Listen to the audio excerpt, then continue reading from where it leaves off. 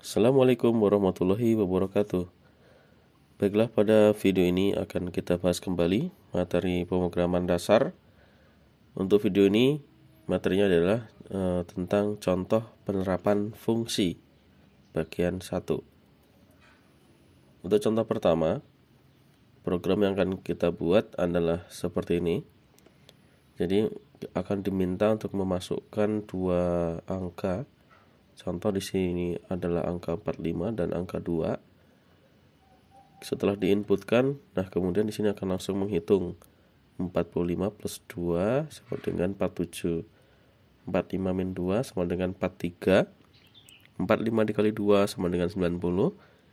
45 dibagi 2 sama dengan 22.50. Nah, sekarang bagaimana kode programnya yang dibuat?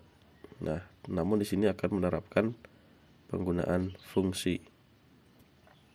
Ya, seperti ini. Jadi kita akan membutuhkan ada 4 tambahan fungsi selain fungsi utama. Di sini akan ada fungsi utama yang di sini nanti kita akan memasukkan angka ya. Di sini masukkan 2 angka ya, perintahnya ada di sini, kemudian dibaca ya dengan scanf. Nah, kita masukkan 2 angka di sini dipisah dengan spasi. Angka pertama akan masuk ke variabel angka 1. Angka kedua akan masuk ke variabel angka 2. Nah, selanjutnya akan langsung ngeprint ya. Di sini ngeprint %d spasi plus spasi %d sama dengan %d. Nah, %d yang pertama ini akan mencetak variabel angka 1. Kemudian di sini untuk %d yang kedua nanti akan mencetak variabel angka yang kedua. Kemudian %d yang terakhir akan mencetak hasil dari fungsi ini, fungsi jumlah angka 1, angka 2. Nah, di situ ya. Jadi nanti akan menghitung penjumlahan dengan fungsi jumlah. Nah, di sini diisi ya parameternya. Nah, kalau kita lihat di fungsi jumlah, nah ini di atas jumlah dalam kurung integer A, integer B. Berarti di sini membutuhkan 2 parameter. Nah, kemudian 2 parameter itu ada variabel A dan B. Nah, di sini dijumlahkan. Kemudian langsung di return. Sehingga nanti ketika dipanggil seperti ini, maka hasil returnnya akan dicetak. Jadi A ditambah B, nanti hasilnya akan keluar di sini di bagian %d yang terakhir. Dan demikian juga untuk yang berikutnya, printf yang berikutnya di sini akan memanggil fungsi kurang ya. Masih sama seperti ini, hanya bedanya di sini menggunakan pengurangan. Ya, makanya nanti akan hasil pengurangan akan keluar di sini. Kemudian untuk baris ketiga ya, untuk print ini. Nah, di sini akan dipanggil fungsi kali. Yang nanti isi dari fungsi kali ini adalah perkalian A dikali B ya kan. Nah, hasilnya di return, nanti hasil perkaliannya akan muncul di sini di %d. Nah, yang terakhir di sini tipe datanya float. Karena untuk pembagian ya nanti bisa jadi bentuknya desimal A dibagi B ya. Ketika desimal, maka supaya hasilnya tetap desimal harus returnnya dalam bentuk float.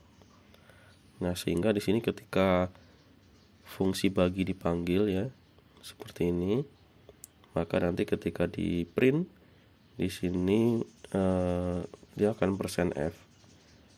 Nah, %.2f. Nah, kemudian nanti akan muncul hasil dari fungsi bagi, nanti akan muncul di bagian ini. Nah, .2 ini maksudnya 2 angka di belakang koma ya, seperti ini. Nah, sehingga nanti hasilnya begini. Ketika kita masukkan 45 spasi 2, maka nanti akan langsung muncul seperti ini ya. Ini hasil printnya.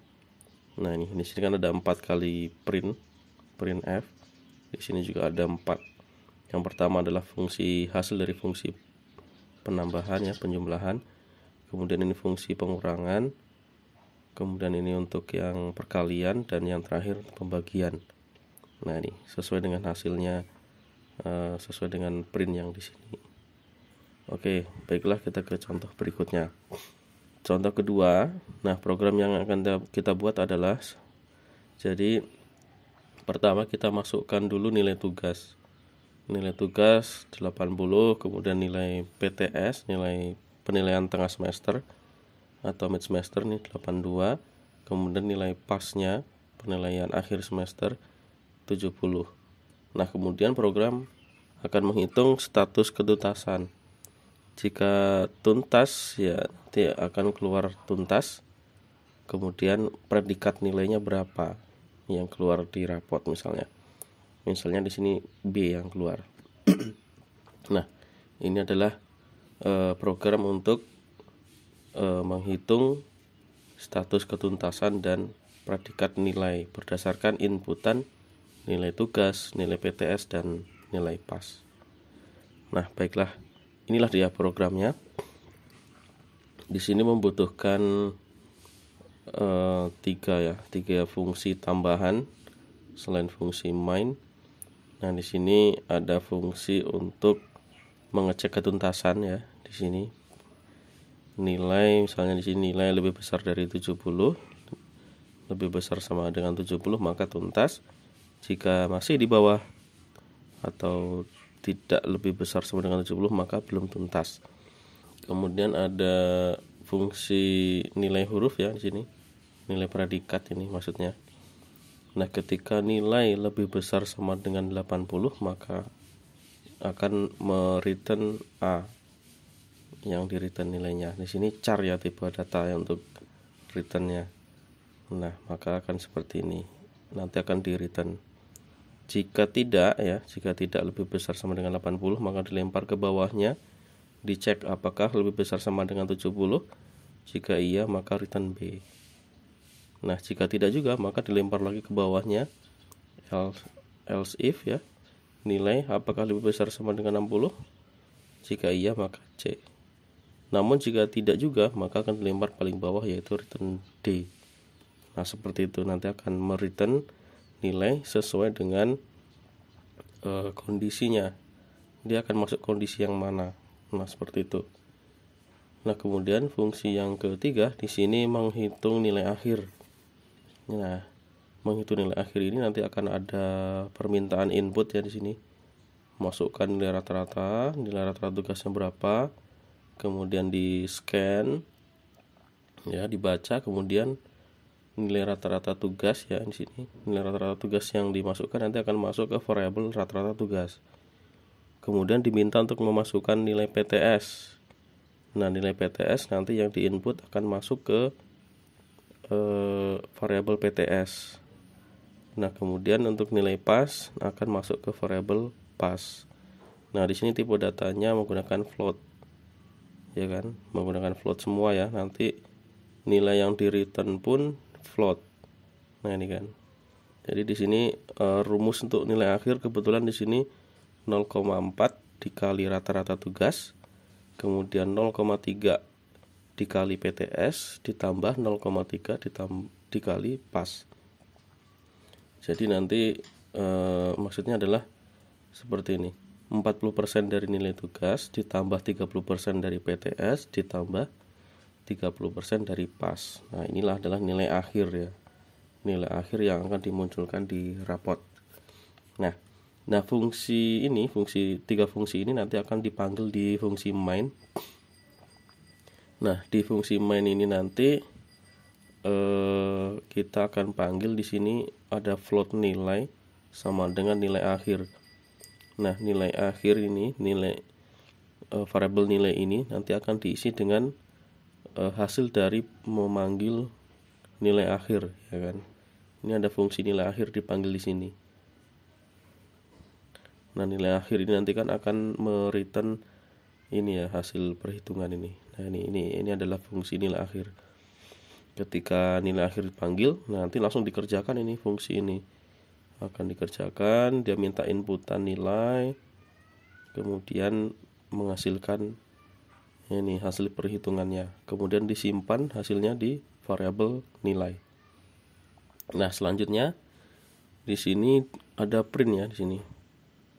Setelah manggil nilai akhir, kemudian akan ngeprint status ketuntasan. Nah, kemudian di sini akan memanggil cek ketuntasan. Nah, cek ketuntasannya. Nah, ini fungsi cek ketuntasan membutuhkan input 1 ya, membutuhkan parameter 1 ini. Kebetulan parameternya adalah nilai akhir. Nah, di sini cek ketuntasan, yang diinput adalah nilai. Kemudian variabel nilai ini akan dicek apakah nilai lebih besar sama dengan 70. Nah, jika iya tuntas, jika tidak belum tuntas. Nah, seperti itu. Maka nanti outputnya, nah di sini status ketuntasan ya kan. Nah, ini status ketuntasan spasi titik 2 spasi lagi. Kemudian hasil dari cek ketuntasan di print, karena di sini print ini kan. Nah, ini sudah ada printnya, jadi tidak perlu print lagi, langsung keluar tuntas. Kemudian untuk predikat, nah di sini perlu ada tambahan garis miring n ya, supaya turun ke bawah, supaya predikatnya turun ke bawah. Nah, predikat titik 2 %c. Nah, %c ini karena nanti variabel output dari nilai huruf ini nanti dalam bentuk char. Tipe datanya adalah char. Nah, di sini ada fungsi nilai huruf. Kita masukkan nilainya ya, nilai akhir. Ini sebagai parameter. Nah, kita lihat di sini nilai huruf dalam kurung float nilai. Nilai kemudian dicek apakah nilai lebih besar sama dengan 80. Jika iya A, jika tidak nanti dilempar ke percabangan berikutnya. Nah, di sini nanti hasil dari fungsi ini ya, hasil output dari fungsi ini yang di return akan dicetak di %c. Nah, seperti ini ya. Di sini masih membutuhkan %c ya, karena di sini fungsi yang ada returnnya. Nah, ini ada return dan di sini ada tipe data char. Kalau yang pertama tadi yang cek ketuntasan tidak perlu di sini tidak ada persen ya, persen D atau persen apa, di sini tidak ada karena sudah langsung fungsi void, langsung sudah ada printnya di sini ya. Nah, maka hasilnya adalah seperti ini ya. Kita input nilai 80, nilai rata-rata tugas, kemudian nilai PTS diinputkan 82, nilai pas diinputkan 70. Nah, kemudian program akan menghitung. Diketahuilah, didapatkan di sini status ketuntasannya adalah tuntas dan predikatnya adalah B. Nah, sekian untuk contoh-contoh penerapan function ya, penerapan fungsi di bahasa C. Semoga bermanfaat. Silahkan untuk dicoba ya di Dev C++ nya masing-masing untuk mempelajari lebih lanjut atau untuk memahami lebih lanjut tentang contoh-contoh penerapan function. Sekian dari saya, terima kasih. Silahkan komen jika ada pertanyaan. Jangan lupa like jika suka, kemudian share kepada teman-teman Anda dan subscribe untuk mendukung channel ini. Sekian, terima kasih. Wassalamualaikum warahmatullahi wabarakatuh.